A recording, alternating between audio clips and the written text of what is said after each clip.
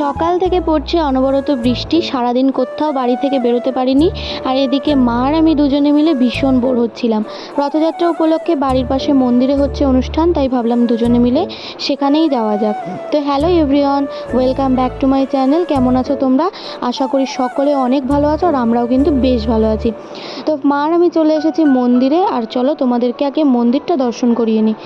তো এখানে মন্দিরটায় দেখো বেশি ভিড় নেই, কারণ কি মন্দিরের পেছনের দিকটায় অনুষ্ঠান হচ্ছে, আর ফুল দিয়ে লাইট দিয়ে অনেক সুন্দর সাজিয়েছে মন্দিরটা। ভিতরে নানা রকমের স্টল বসেছে প্রভুদেরই। তো এখানে ঠাকুরের আলোচনার বই, ফটো, তুলসীর মালা, ধূপকাঠি সমস্ত কিছু বিক্রি হচ্ছে। তো মা আর আমি চলে গেলাম সেখানে। তো মা আর আমি একটু ধূপকাঠি নিলাম মন্দিরেরই একটা দোকান থেকে। আর মা কি কি নিয়েছো? আমি অনেক দাম, এটাই মন্দিরের ভিতরে না অনেক দাম, সেই মায়াপুরের মতো দাম সব জিনিসের। চলো ভিতরে যাই, এখন অনুষ্ঠান শুরু হবে, একটু অনুষ্ঠান দেখি সকলে।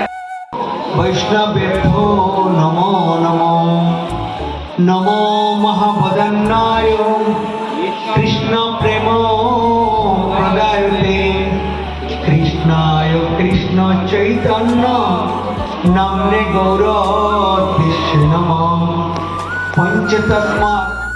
অনুষ্ঠান দেখতে দেখতে হঠাৎ করে খেয়াল করলাম বাইরে আবার অঝোরে বৃষ্টি শুরু হয়েছে, আর তারই মধ্যে মন্দিরের ভিতরে শালপাতার বাটিতে করে ঠাকুরের মহাপ্রসাদ বিতরণ করছে, খিচুড়ি প্রসাদ। তো যেটা দেখে আমি আর মা দুজনেই প্রসাদ নিলাম। তারপরেই চলে গেলাম মন্দিরের বাইরে একটা রেস্টুরেন্টে।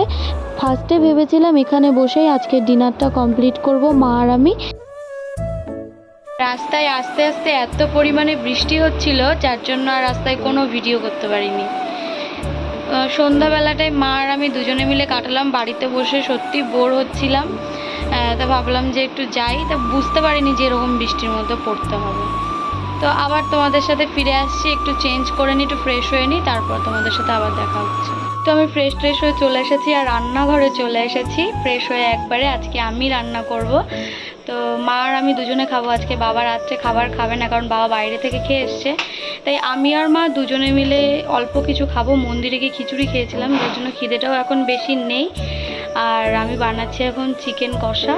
তো তার সাথে কি কি খাবো সেটা তোমাদের সাথে শেয়ার করব সব কিছু।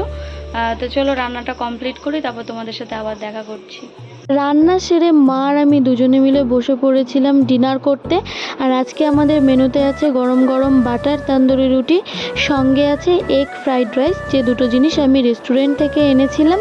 তো কোয়ান্টিটিও বেশ ভালোই ছিল, কিন্তু আমাদের যেহেতু খিদে ছিল না, খিচুড়ি প্রসাদ খেয়েছিলাম তোমরা দেখতেই পেলে, যার জন্য অল্প অল্প পরিমাণে নিয়েছি। বাড়িতে আসার পরে বানিয়েছিলাম লাল লাল ঝাল ঝাল করে চিকেন কষা, আর সাথে ছিল কোক। তো তোমাদের কার কার এই ফ্রাইড রাইস আর চিকেন কষার কম্বোটা ভালো লাগে আমাকে কিন্তু কমেন্টে অবশ্যই জানিও। চিকেন কষাটা কিন্তু দেখতেও যেমন হয়েছিল, খেতেও কিন্তু জাস্ট অসাধারণ হয়েছিল। ডিনার করে অলমোস্ট আমি চলে এসেছি। তো তোমাদের সাথে যেটা বলার সেটা বলি, সেটা হচ্ছে বেশ অনেকগুলো দিন হয়ে গেছে আমি কোনো তোমাদের আপডেট দিই না, কোনো ভিডিও করি না।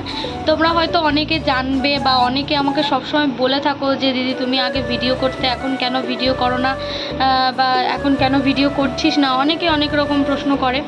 কিন্তু কিছুদিন হলো মানে ভিডিও করার আমি কোনো মোটিভেশনই পাচ্ছিলাম না, যে বাদই দিয়ে দিয়েছিলাম। মানে মাথায় কোনো ভিডিও করব এরকম কোনো চিন্তাভাবনা ছিল না। তো আবার ভাবছি যে আমি ভিডিওটাকে কন্টিনিউ করব, সবার সাথে আপডেট দেব, নিত্য নতুন আপডেট। তো সেটার জন্যই আজকে আবার এতদিন পরে তোমাদের সামনে ফিরে আসা।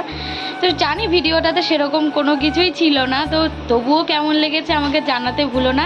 চেষ্টা করবো এর থেকে আরও ভালো ভিডিও তোমাদেরকে দেওয়ার। তো ভিডিওটা কেমন লেগেছে আমাকে কিন্তু অবশ্যই জানিও, আর ভালো লাগলে একটা লাইক করে দিও। আর আমার যেহেতু নতুন চ্যানেল, সবাই একটু পাশে থেকো, আমার চ্যানেলটাকে সাবস্ক্রাইব করে দিও। তো আজকের মতো এই পর্যন্ত, দেখা হবে আবার নতুন কোনো ভিডিওকে সাথে নিয়ে। ততক্ষণ সবাই ভালো থেকো, সুস্থ থেকো। Tata, good night.